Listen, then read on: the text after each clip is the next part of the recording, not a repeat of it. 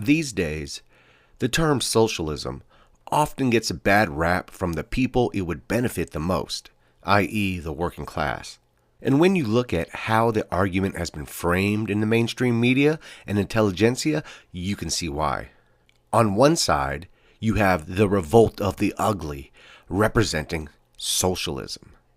They hate tradition, aesthetic beauty, masculinity, any form of discipline or authority. And on the other hand, the people who are told they should fight off these socialists and defend capitalism are largely working class people who appreciate structure, family, and many of the things the self-proclaimed socialists rebel against.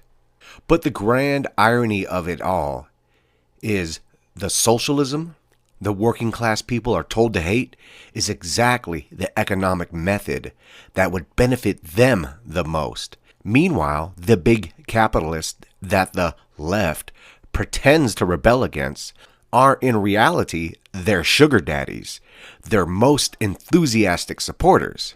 So how is this? Everyone from big media, big tech, big business, big banks, all the results of the capitalist method are all in lockstep support through finance, organizing, and propaganda of the so-called socialists. How did this come about? Why are the people who would benefit most from socialism so adverse to it? And why are the people who are the furthest from being actual socialists deemed, in their own mind and by mainstream intelligentsia, the defenders of socialism? It is because in the modern discussion, socialism is represented by Marxism, not actual socialism. It is because of this that the left has become the revolt of the ugly, because that's what Marxism demands of a people. Traditions, families, authority, gender roles, aesthetic beauty in art, architecture, or people were all bourgeois, thus needing to be destroyed. Never mind the fact every country that became the result of communist revolutions immediately and directly contradicted Marxism by not destroying or attacking, but rather rejuvenating things like folk art, nuclear families, strong nationalist tendencies, aristocracy within the military, aesthetic beauty, and so on. Every victorious communist, from Stalin to Tito to Mao to Castro, all realized Marxism was not an actual political philosophy. Marxism was a critique and a method of destruction. Nothing more. Nothing that could be applied to actual life, to actual politics. In a sense, Marxism is very liberal, thus attracting liberals and not actual socialists, as we see today. Marx preached constant crisis and destruction and had no concept of building, much like the liberals being an ideology of constant critique. This is why no communist revolution could ever end with someone actually following Marxism. To do so would be constant tearing down of oneself and surrounding, masochism for the sake of masochism. Socialism is about building up, not tearing down, about giving to get, and most of all, about unity, not division. In the early 2000s, many of the leftists, despite as comical as it might have been with the drum circles and the Starbucks lattes, much of their attention was focused on the financial elite. Those in their ivory towers figured out quick it was time to hyperinflate the tension with the darker-skinned plebs and the lighter-skinned plebs, so we could beat each other in the heads with broomsticks as they looked down upon us from their ivory towers. And it has worked to their advantage. Now, specifically, working class and lower class people are at each other's throats, while the rich and powerful remain rich and gain more power, thus leaving the people with less power. And this is why these quote-unquote socialists on the left are nothing but identity politics, pure liberalism, nothing to do with actual socialism. The only way to change that reality is to have a true populist pushback, and a part of that is understanding Marxism is not socialism. And socialism is an economic philosophy that not only predates the modern age, but is in fact an economic system that works for the people rather than, as we have today, an economic system that the people work for. To go more in depth on the topic of socialism, we will look at Oswald Spengler's essay, Prussian Socialism.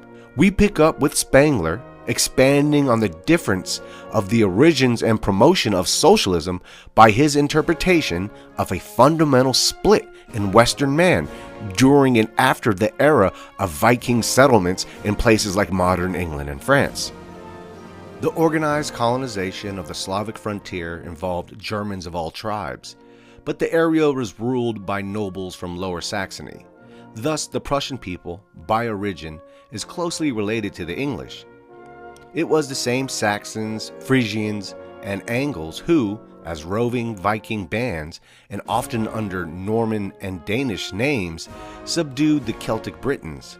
Saxon settlements sprang up along the Thames, just as they had in the desert-like region near the Havel and Spree rivers, a stretch of land comparable to the desolate expanse and fateful importance only to Latium and the Roman Campania.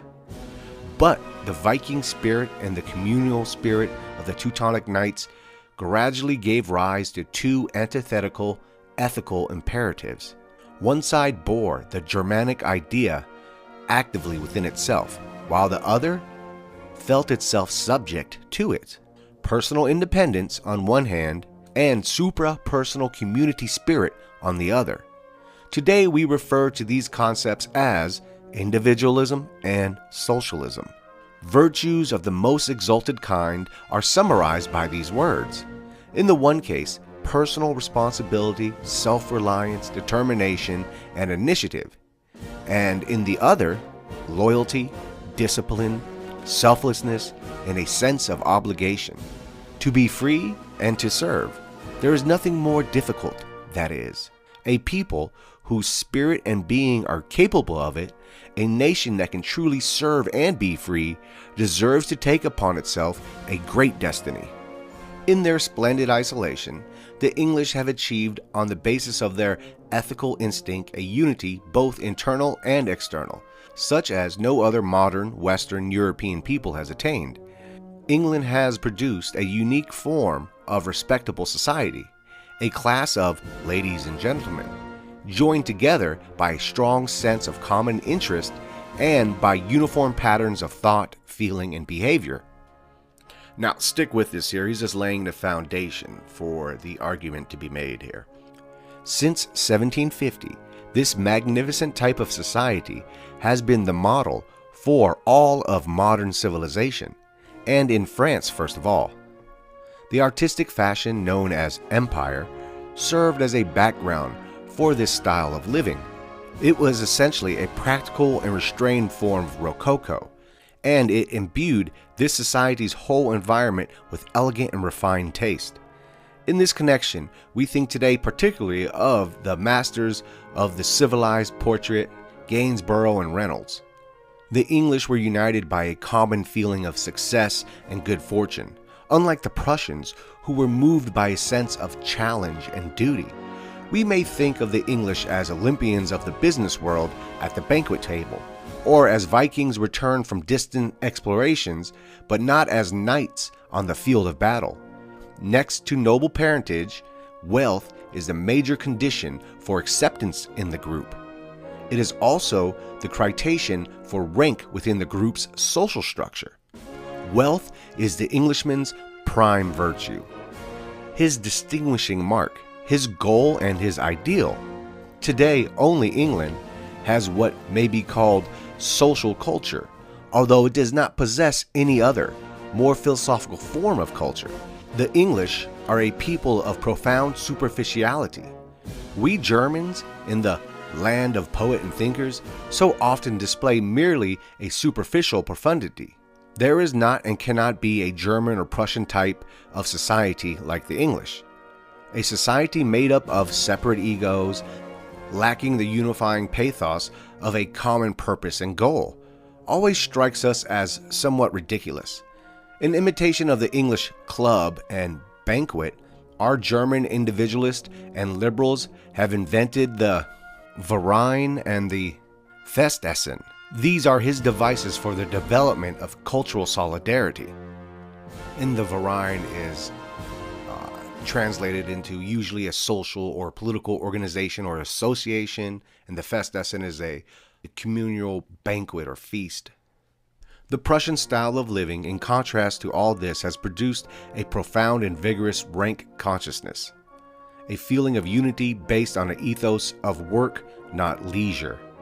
It unites the members of each professional group, military, civil service, and labor, by infusing them with a pride of vocation, and dedicates them to activity that benefits all others, the totality, the state. The bond of unity at all levels is a supreme ethos of dedication, not of success. The distinguishing feature of membership is rank, not wealth. The captain is superior to the lieutenant, even though the latter may be a prince or a millionaire.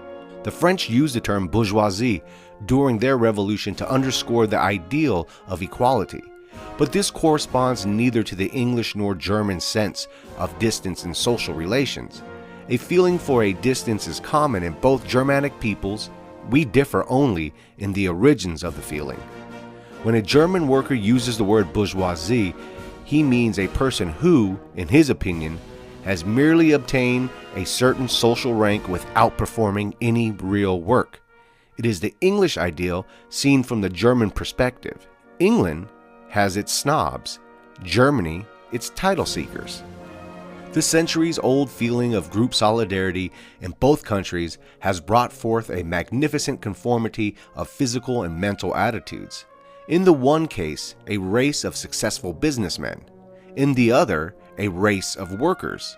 One important symbol of this process, albeit an external one, is the English taste in men's clothing. England has produced civilian dress in the purest sense, the uniform of the private individual. Their fashion holds unopposed sway in all of Western Europe. England has clothed the world in its uniform, the symbol of free trade, private fortune making. The counterpart of this English style is the Prussian uniform. It is the emblem of public service, not of private existence. Rather than symbolizing the success gained by diligent activity, it stands for that activity itself.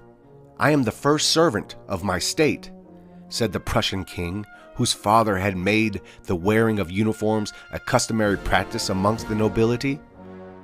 How many have fully understood the significance of the phrase, "the king's mantle"? To the Prussian way of thinking, the will of the individual is subsumed under the will of the totality.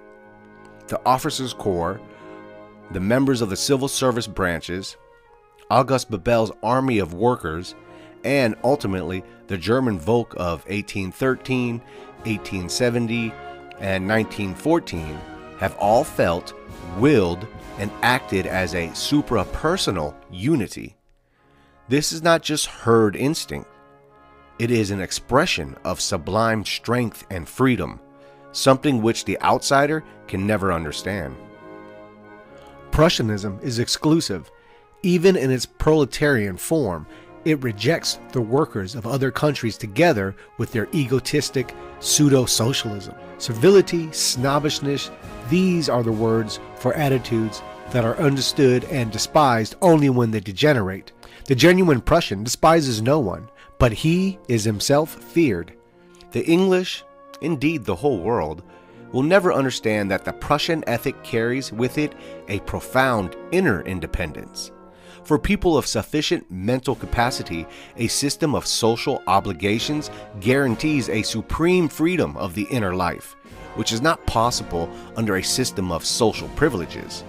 So you see, as he's setting the scene here, and he makes a distinction of social obligation guarantees a supreme freedom of the inner life, being a part of something, contributing something, gaining from that something, which is not possible under the system of social privileges, and that's what we live in America. And most of the West today is a system based off of social privileges. So the concept of this supreme inner freedom is missing on the people. They don't understand that when they see collectivism. They don't understand that when they see working socialism.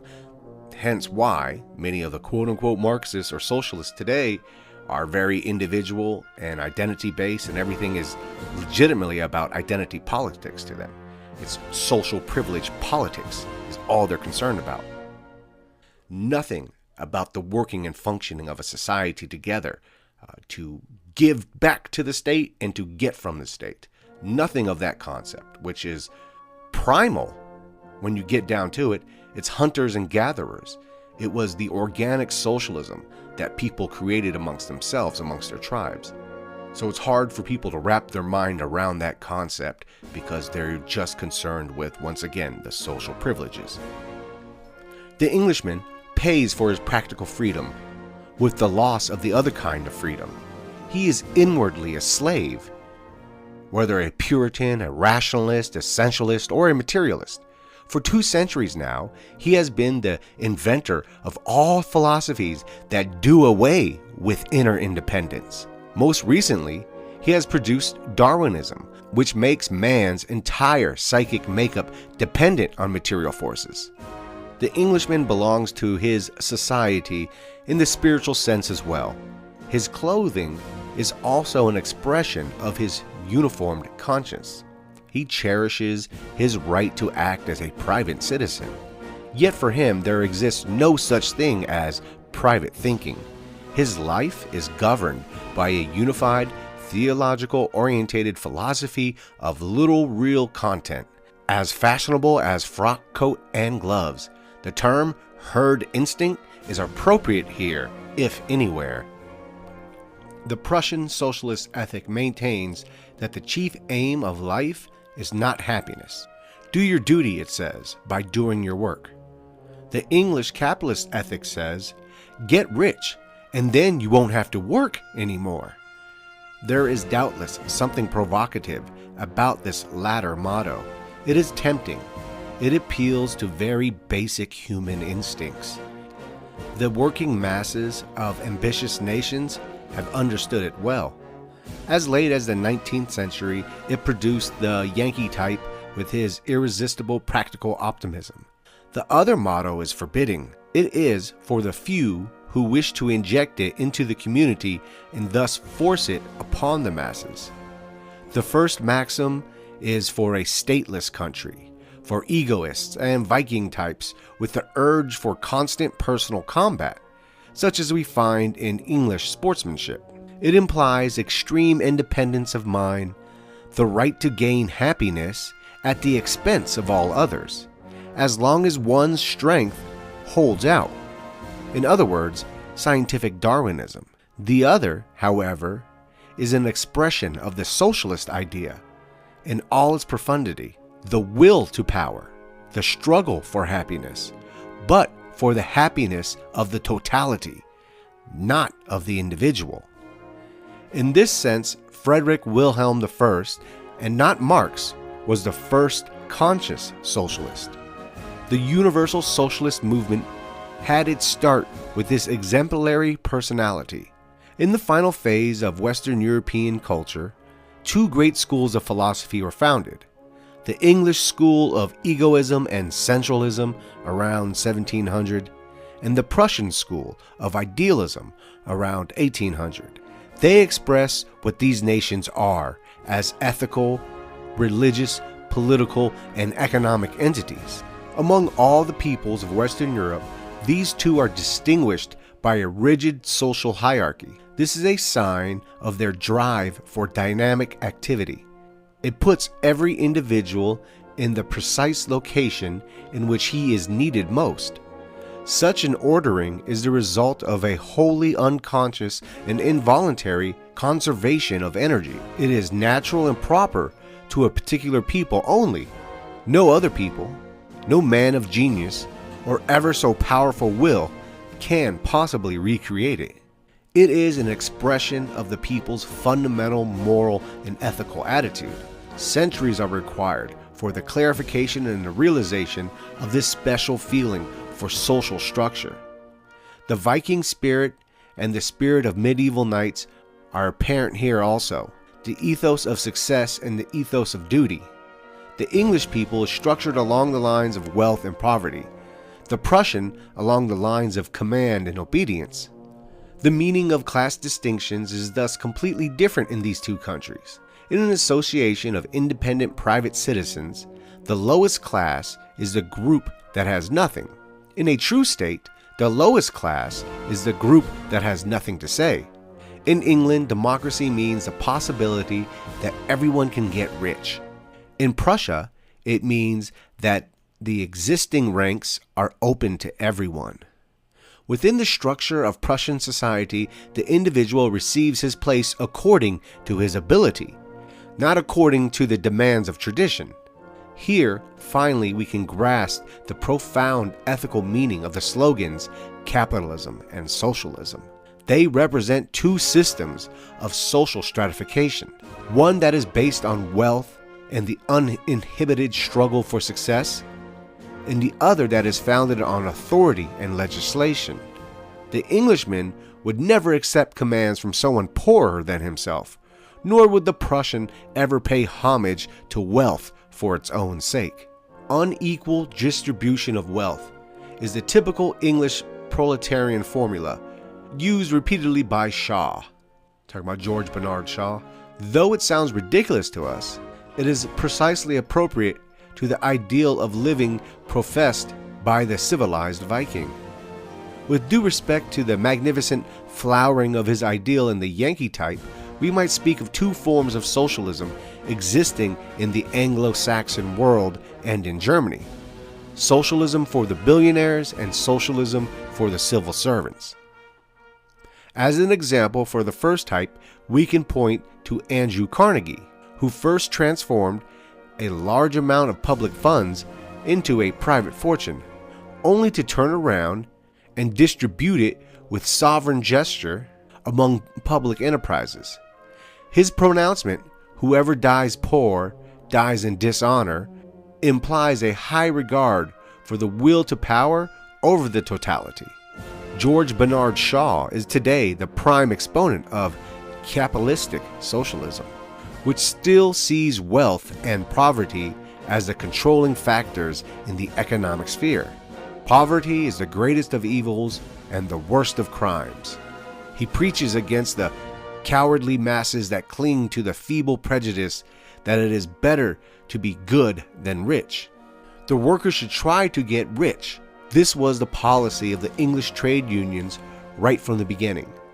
That is why there has never been a socialism in the proletarian sense in England from Owen to Shaw. It was impossible to distinguish from the capitalism of the lower class. For us, the controlling factor of society is the interplay of command and obedience in a strictly ordered community, be it state, party, officers' corps, or civil service. The member of any one of these communities is a servant of that community. Then he says, it's this French saying here, traveler pour l'idée de Prusse, excuse that butchery, but that means doing one's duty without giving oneself up to corrupt notions of private profit. The wages paid to Prussian officers and civil servants since the days of Frederick William I had been ridiculously small when compared to the sums required to belong even to the middle class in England. But the Prussians have worked harder, more selflessly, and more honestly. The real compensation for this work is rank. This workers' state within a state did not want to get rich. It wanted to rule. During their enforced strikes, these workers starved often enough, but in the interest of gaining power, not for higher wages. They struck in support of a philosophy that was supposedly or actually opposed to that of their employers. They struck for a moral principle, and a defeat in their battle could ultimately mean a moral victory.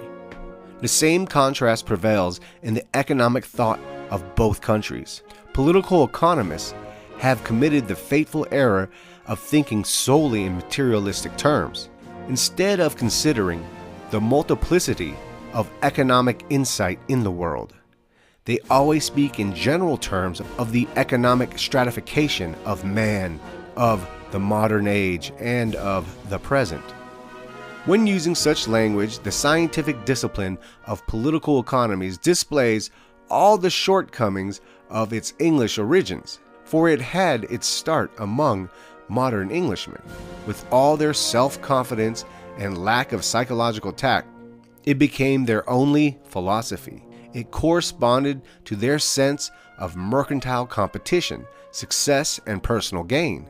With this purely English interpretation of economic affairs, they have infected the minds of the continent since the 18th century. The Teutonic Knights that settled and colonized the eastern borderlands of Germany in the Middle Ages had a genuine feeling for the authority of the state in economic matters, and later Prussians have inherited that feeling. The individual is informed of his economic obligations by destiny, by God, by the state, or by his own talent. These are simply different words for the same fact. Rights and privileges of producing and consuming goods are equally distributed. The aim is not ever greater wealth for the individual or for every individual, but rather the flourishing of the totality. Thus, Frederick William I and his successors colonized the marshlands in the East, regarding this as their divine mission. The modern German laborer, with his fine sense of reality, has thought and acted along precisely these lines, although the theories of Karl Marx have obscured for him the close connections between his own aims and those of the old Prussians. The pirate instinct of the insular nation has a wholly different understanding of economic affairs. Their economic activity is considered a matter of combat and booty, ultimately the individual's share in the booty. The Norman state, which developed a refined technique of amassing money reserves, was based entirely on the piracy principle.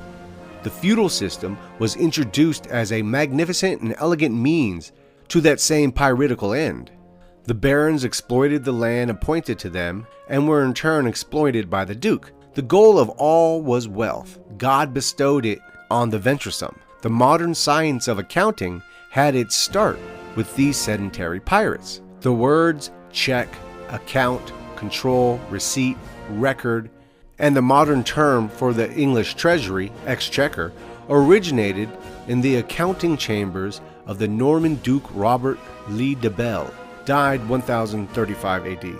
When England was conquered in 1066 AD, the Norman barons expropriated the Saxons, their tribal relatives, in the same way.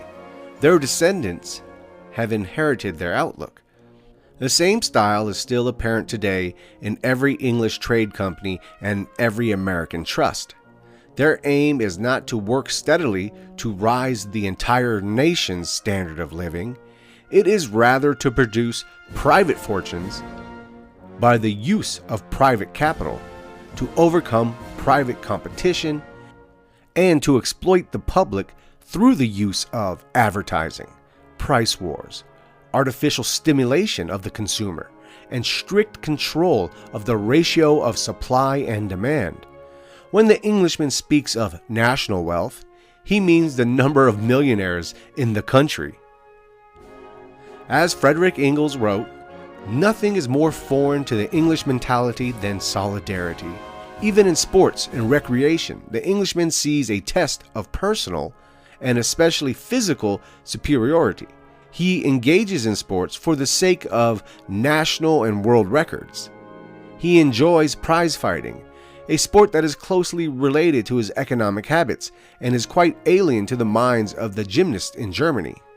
All this proves that the economic existence of England is synonymous with business, i.e., a refined form of piracy. The English instinct regards all commodities as booty, items to be manipulated in order to get rich. The English machine industry was created in the interest of the commerce and trade, its chief aim being the production of cheap goods. When English agriculture began to limit wage cuts by fixing its own prices, it was simply abandoned in the interests of commerce. The battle between capital and labor in English industry in 1850 were concerned with the commodity labor. One side wanted to get it cheap, the other wanted a high price for it. Everything that Marx has to say with grudging admiration about capitalistic society refers primarily to English and not a universal economic instinct. The sublime term free trade is part and parcel of Viking economics. The Prussian, i.e. socialist term would be state control of the exchange of goods. This assigns to trade a subordinate rather than a dominant role within the complex of economic activity. We can understand why Adam Smith harbored a hatred of the state and the cunning beasts called statesmen. Indeed, government officials must have the same effect on tradesmen as police on burglars and naval cruisers on the crews of pirate ships. Likewise, characteristic of the Englishman is his overestimation of the importance of capital sums for economic health. The materialist finds it impossible to understand that the English concept of capital is psychologically and therefore practically, the practical life is, after all, the expression of the psychic conditions, different from the French system of private means and the Prussian concept of administrative funds. The English have never been good at psychology. They have always considered their own ideas as logically binding on mankind. In fact, all of the modern political economic rests on the basic error of equating economic life everywhere in the world with an exclusively English interest in business, and the error is committed even by those who reject the theories of the Manchester School. Marxism, in the very act of negating this theory, has adopted its patterns quite completely. This explains the grotesque fiasco of all predictions concerning the outbreak of the World War. It was said that the collapse of the world economy would follow within a few months. English-style capitalism is the only true counterpart to Marxist socialism. The regulation of economic affairs by the state, a Prussian idea, transformed German capitalism instinctively into a socialist economic pattern. The first step in this process was the protective tariff legislation of 1879. The large syndicates were, in effect, economic states within the state. They represent capitalism's first practical and systematic large-scale attempt, although it was not consciously planned, to understand the mysteries of its own techniques and to gain control of social forces which up to then had been regarded as natural and unfathomable, requiring passive or blind submission. Nevertheless, German liberalism, the Englishman within us, still worships free trade, not just the freedom of the human spirit. In doing so, the liberal German cuts his silliest figure, because he has misunderstood and tended to favor certain Viking instincts. He has summarily rejected the authoritarian state, the suprapersonal will, and the suppression of the individual in favor of the totality. By adopting this attitude, he has acted, or so he believes, metaphysically. That is the belief of educated Germans who lack practical experience.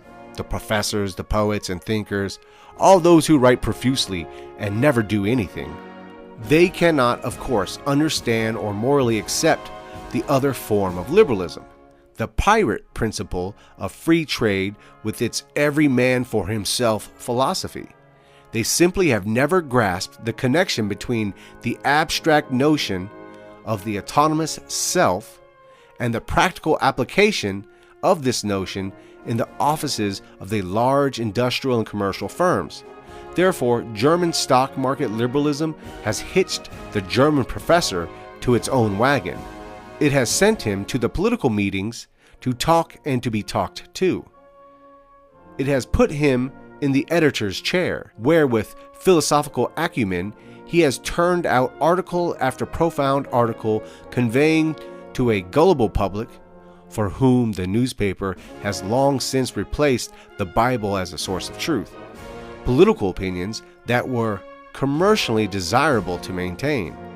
It has sent him to the Legislative Assembly to say aye and nay, thereby assuring for commercial interests, which never cared anyway for theories and constitutions, the creation of more and more opportunities for bribery and piracy. This English-German liberalism now exerts a business-like control over practically all the important German newspapers, the entire educated class, and the Liberal Party. But the professors are not aware of this. In England, the liberal is a liberal through and through. He is ethically free, and for this reason also economically free, and is quite conscious of this connection. The German liberal has two discrete personalities, the ethical and the commercial. The one personality thinks, the other acts and controls. Only the latter personality is aware of the mutual relationship and finds it amusing. Thus we find two great economic principles opposed to each other in the modern world. The Viking has become a free tradesman. The Teutonic Knight is now an administrative official. There can be no reconciliation. Each of these principles is proclaimed by a German people, Faustian men par excellence.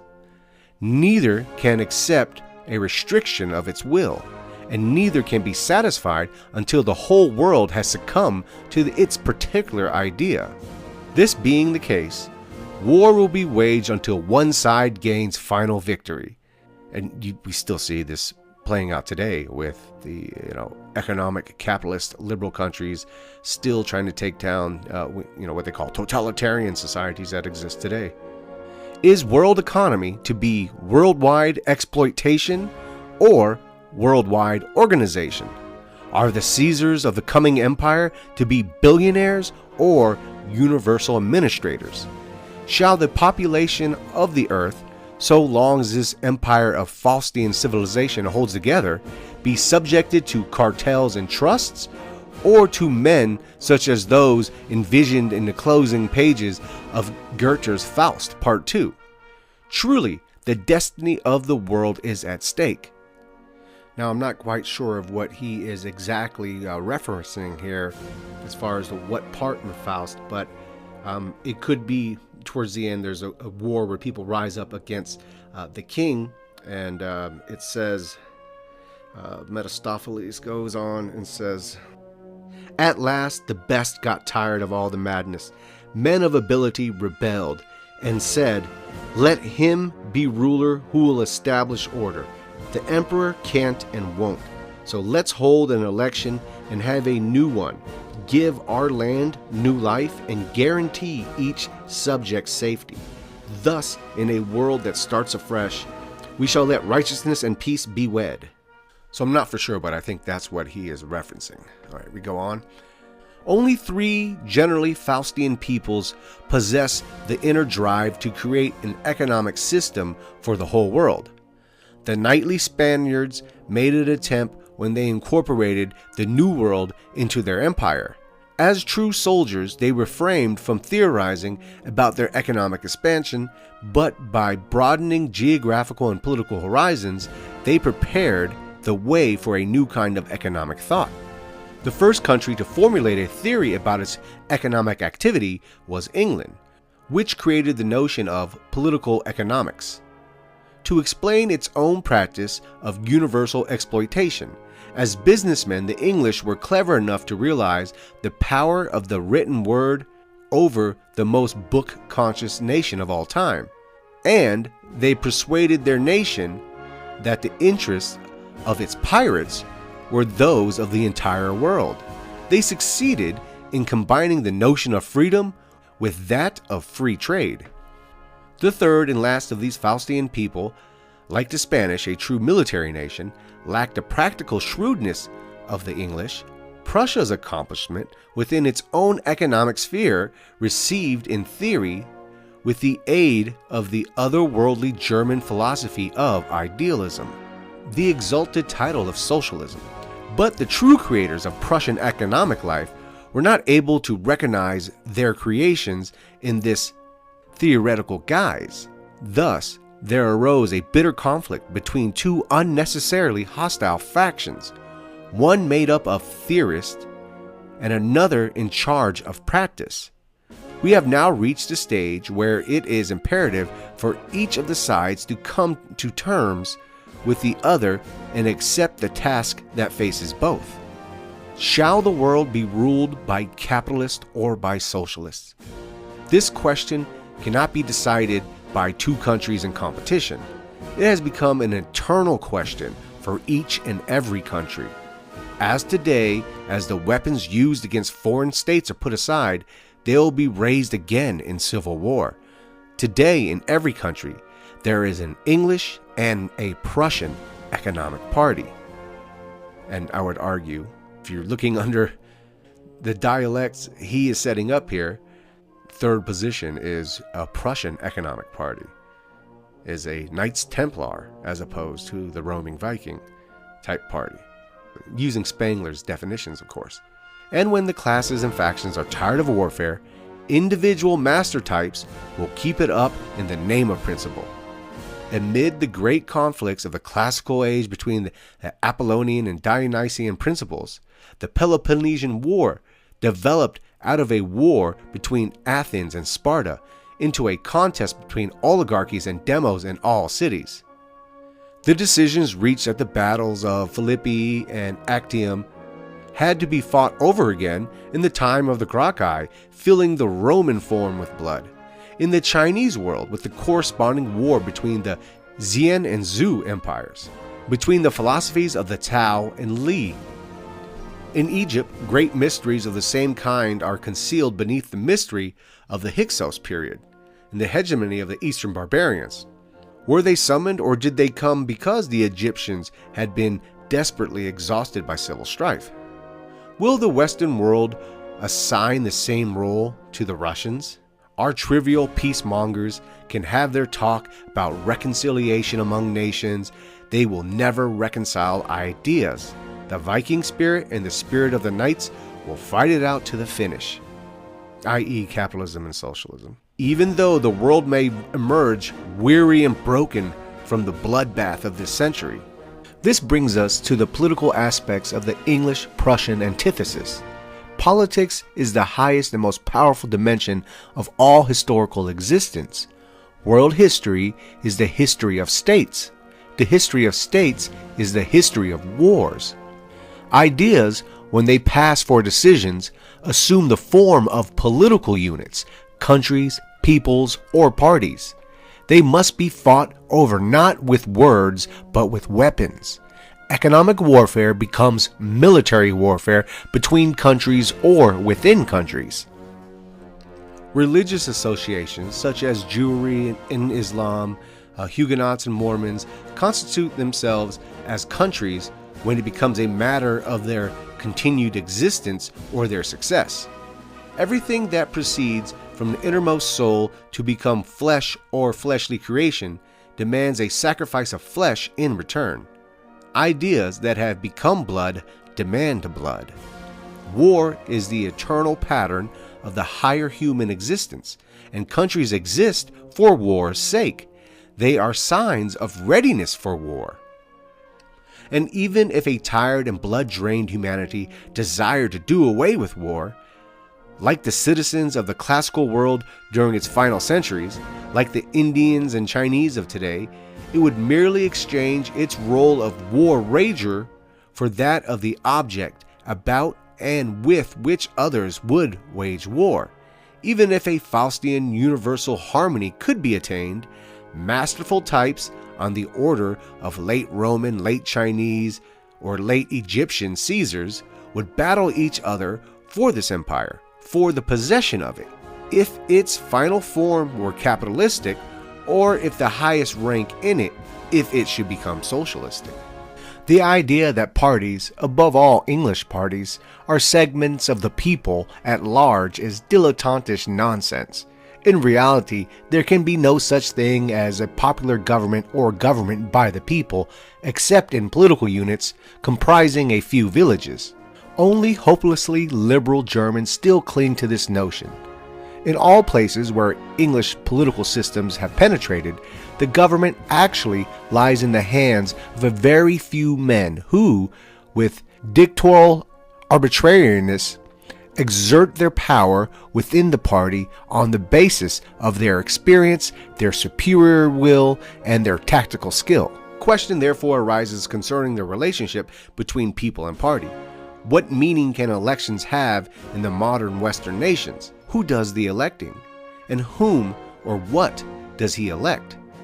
The sense of the English system is that the people elect a party, and not just a representative of its will and opinions, for these are more or less influenced by the party leadership in any case. The parties are very old and firmly established institutions, whose business it is to conduct the political affairs of the entire English nation. The individual Englishman realizes the practicality of such an institution, and from election to election he supports the party whose declared intentions correspond most closely to his own opinions and interests. He also realizes the unimportance of the individual representative appointed quite arbitrarily by the party. Indeed, the phrase fatuous electorate, fatuous meaning silly and pointless, fits the average representative better than the voting mass itself. It is significant that the English workers have quite often voted for an employer nominated by one of the age-old parties rather than for a workman candidate. In each case, after sober appraisal of the situation, they have regarded it as more advantageous to vote in this way. In America, where the genuine Englishman no longer stands behind the system, the custom now is for the parties to deliver one set of promises to keep the people and another to the trust that fills the party coffers. The first set is published, the second is kept. That democracy and universal suffrage are reliable tools of capitalism has been proved in all countries that have adopted these methods on the English model. While the liberal professor hails the Constitution of Weimar as a fulfillment of his dreams, the capitalist liberal welcomes it as the simplest and probably cheapest way to subject politics to the business office and the state to the grafters. In Prussia, however, there existed a true state, in the most exacting sense of the word. In Prussia, there were, strictly speaking, no private individuals. Every single person who lived in this system, which functioned with the precision of a good machine, was an integral member of that system. For this reason, the task of administration could not be assigned to private individuals as the parliamentary system prescribes. Administration of public funds was an official function, and the politicians responsible for it were state officials, servants of the Commonwealth. In England, business and politics were synonymous. In France, the swarm of professional politicians called into office by the Constitution had become hirelings of the business interest. In Prussia, the purely professional politician has always been a disreputable figure. Socialist monarchy, that is an idea that has slowly matured in the Faustian world and has long since reared its proper human protagonists. Authoritative socialism is by definition monarchistic. The most responsible position in this gigantic organism is, in Frederick the Great's words, the role of first servant of the state, must not be abandoned to ambitious privateers. Let us envision a unified nation in which everyone is assigned his place according to his socialistic rank, his talent for voluntary self-discipline based on inner conviction, his organizational abilities, his work potential, consciousness and energy, his intelligent willingness to serve the common cause. Let us plan for general work conscription, resulting in occupational guilds that will administrate and at the same time be guided by administrative council and not by a parliament. A fitting name for this administrative body in a state where everyone has a job, be it an army officer, a civil servant, a farmer, miner, might well be Labor Council. This is where Marx comes in. By means of a brilliant intellectual calculation, more overwhelming than correct, he tried to elevate facts to the rank of an idea. Across the powerful antithesis between Viking and knightly principles, he stretched out a thin but cohesive theory, thereby inventing a popular view of history that is in fact widely accepted in the present day. He was born in the Prussian atmosphere and later entered the atmosphere of England, but he remained a foreigner to the spiritual life of both peoples. As a citizen of the scientific 19th century, he was a good materialist but a bad psychologist, and therefore he failed ultimately to impart the quality of an idea to the great realities. Instead, he reduced ideas to concepts at single interests. Instead of the English blood, which he did not feel within himself, he espied only English things and concepts. And of Hegel, who by large and large presented Prussianism at its best, the only thing accessible to Marx was the method. Thus it happened that, by means of a truly grotesque calculation, he transformed the instinctual dichotomy between the two Germanic races into the material dichotomy between the two class levels. To the proletariat, the fourth estate, he ascribed the Prussian idea of socialism, while to the bourgeoisie, the third estate, he assigned the English idea of capitalism. These are the false equations that have given rise to the four concepts whose concrete meaning everyone is familiar with today. From his reinterpretation of racial strife as the strife between classes, and of ancient Germanic instincts as very recent impulses of large city populations, Marx derived his central concept of class conflict. The horizontal structuring of historical forces was made vertical. That is the meaning of the materialist view of history. The scientific mentality of the time required that matter and energy be regarded as opposites. The matter of the political energy was the peoples and nations. That of economic energy was the classes. Marxism reversed the importance of these two energies, and thus also of the two matters, and the word class thereby took on a completely new meaning. With the psychological naivete of a scientifically trained mind of 1850, Marx failed to comprehend the difference between class and estate. An estate is an ethical concept, the expression of an idea. The privileged segment of society in 1789 was distinguished from the bourgeoisie, and the state embodying of a formal ideal of grandeur, courtesy, and inward and outward nobility, no matter how much had been eroded by decadent living.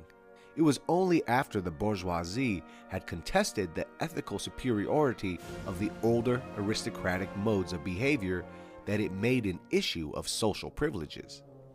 Class, on the other hand, is a purely economic concept, and in 1850 it took the place of the ethical and political concept of the bourgeoisie of 1789. The ideal of the estates became class interest. It was only in England that the classes had long since been stratified according to wealth. The middle class was comprised of those who lived by their work without actually being poor. The upper class was rich without working. The lower class worked and was poor. In Prussia, however, it was rank, i.e., a greater or lesser degree of command and obedience that separated the classes. Besides the peasantry, there existed a civil servant class. That is to say, there was a unity of function rather than economic distinctions. By way of contrast, modern France is distinguished by the absence of real classes. The French nation is a disordered mass in which one can discern rich individuals and poor individuals, yet classes as such have not emerged. The entire nation is one class, not as rigorously stratified as the Germanic nations, but nonetheless single and unified. Marx was thus an exclusively English thinker. His two-class system derives from the situation of the mercantile people that sacrificed its agriculture to big business, and that never had possessed a national core of civil servants with a pronounced, i.e. Prussian, estate consciousness. In England, there were only bourgeoisie and proletarians, active and passive agents in business affairs, robbers and robbed, the whole system very Viking-like. Transformed to the realm of the Prussian political ideals, these concepts make no sense. Marx would never have been able to distinguish English industrial slavery from the principle that emerges from the all-for-all idea, whereby every individual is a servant of the total state, regardless of rank or position.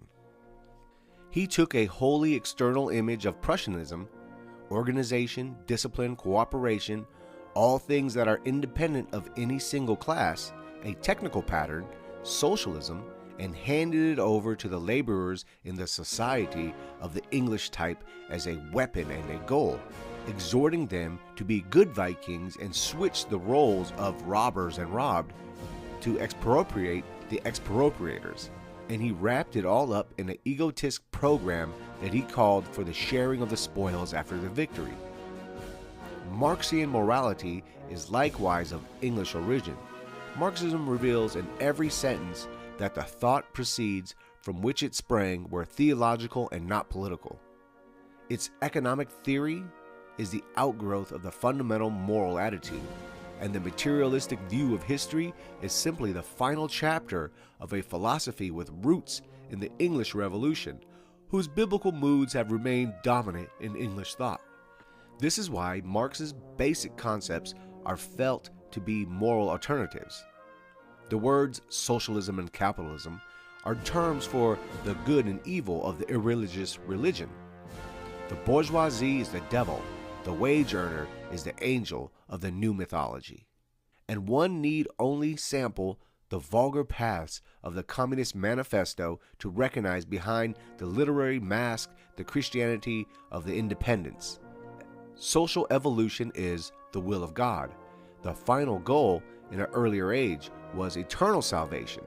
The collapse of the bourgeoisie civilization used to be called the Last Judgment.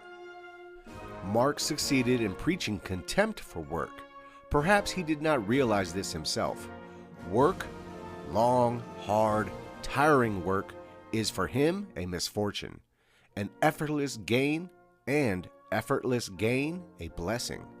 Behind the typically English disdain for the man who lives by the sweat of his brow, we can find the instinct of the Viking, whose vocation is piracy and not patching sails.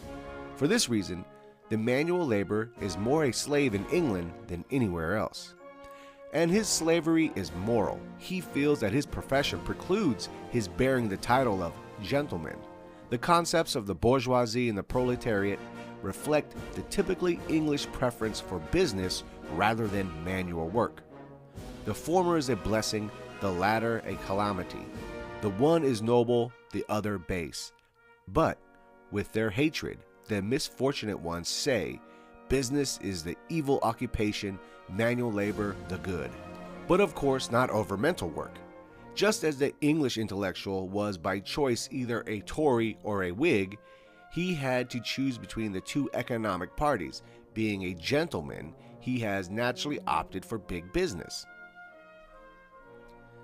This is the explanation for the mental attitude which gave rise to Marx's social criticism and which has made him so catastrophic for true socialism.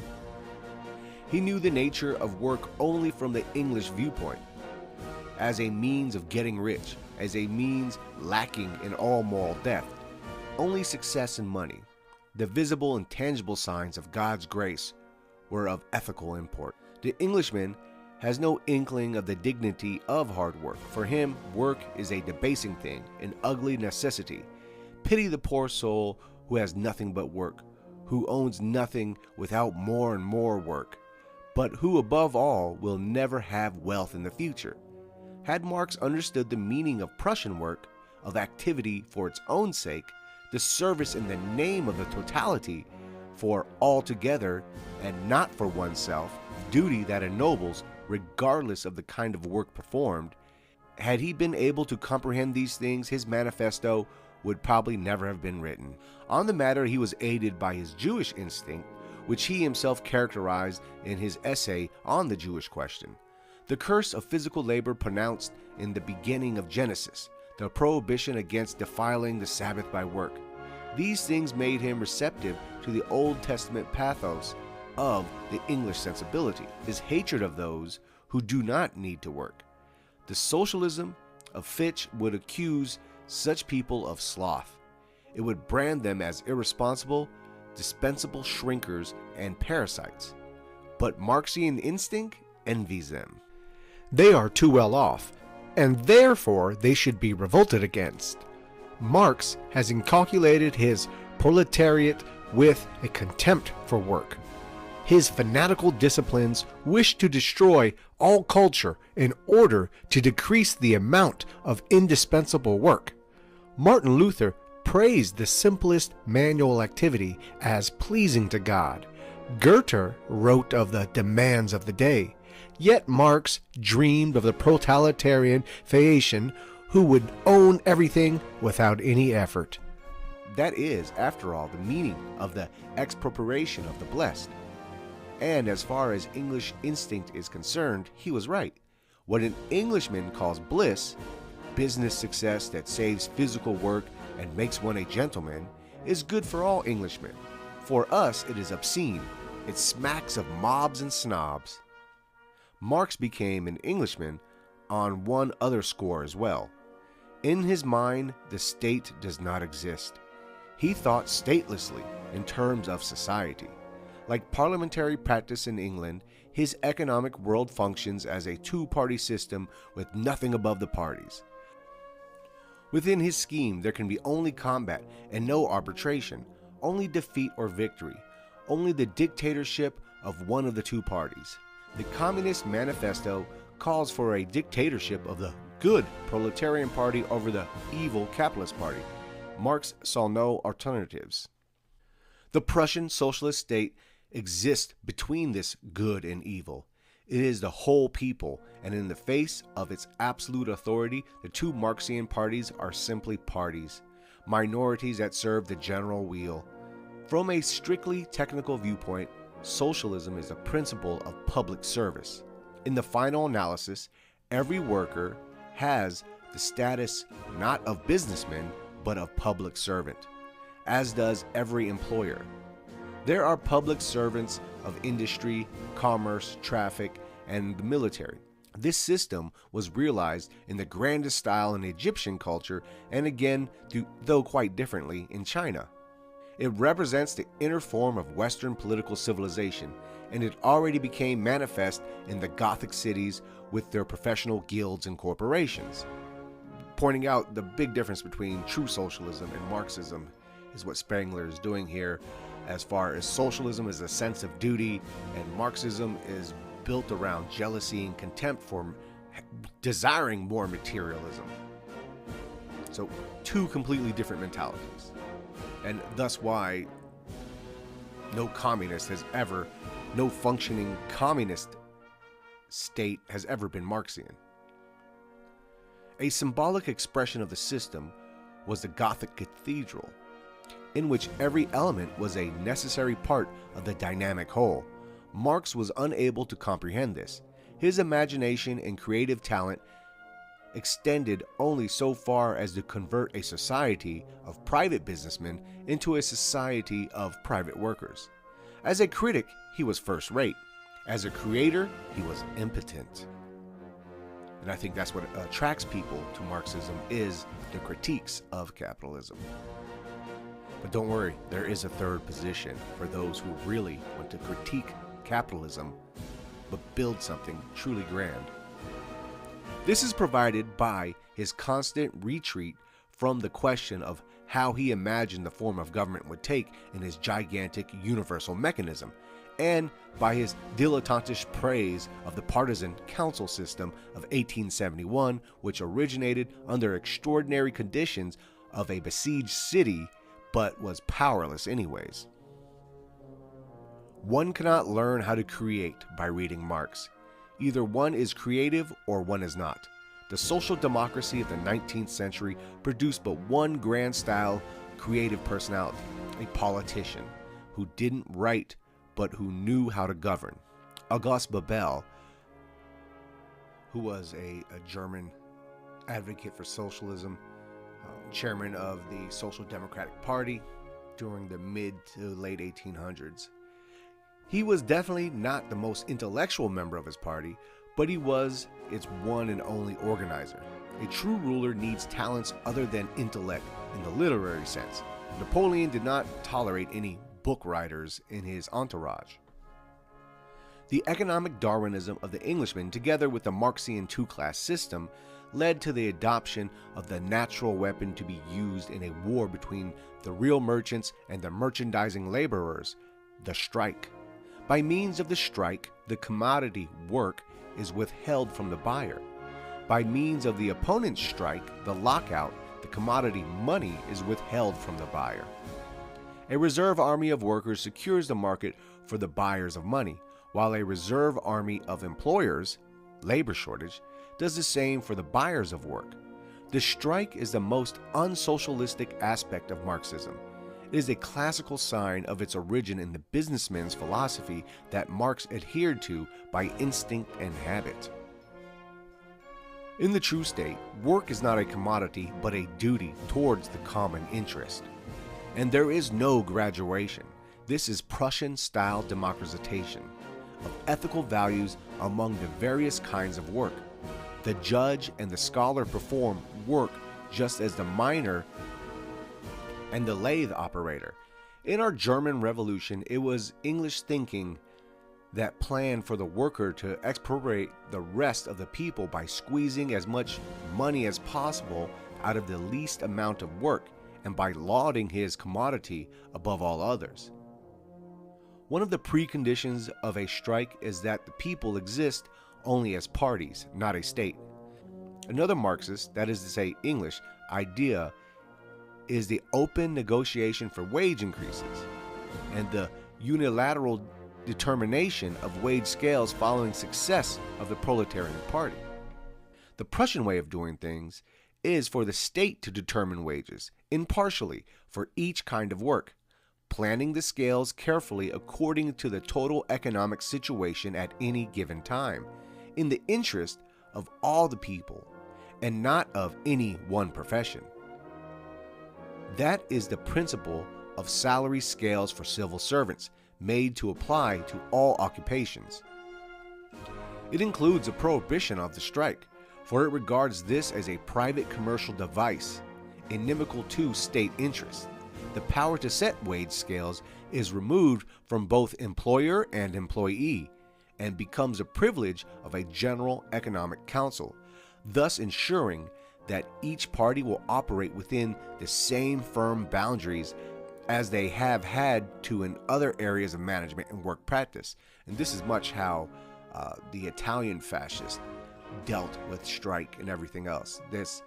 There was labor courts where the employer and the employee would go in front of the state and settle disputes instead of strikes. The state, just like what Spengler is defining here as like the Prussian attitude, the true socialist attitude, the state would define the wages, therefore taking the power out of the hand and thus the disunity away from the employer and employee. All things for the state and all things through the state.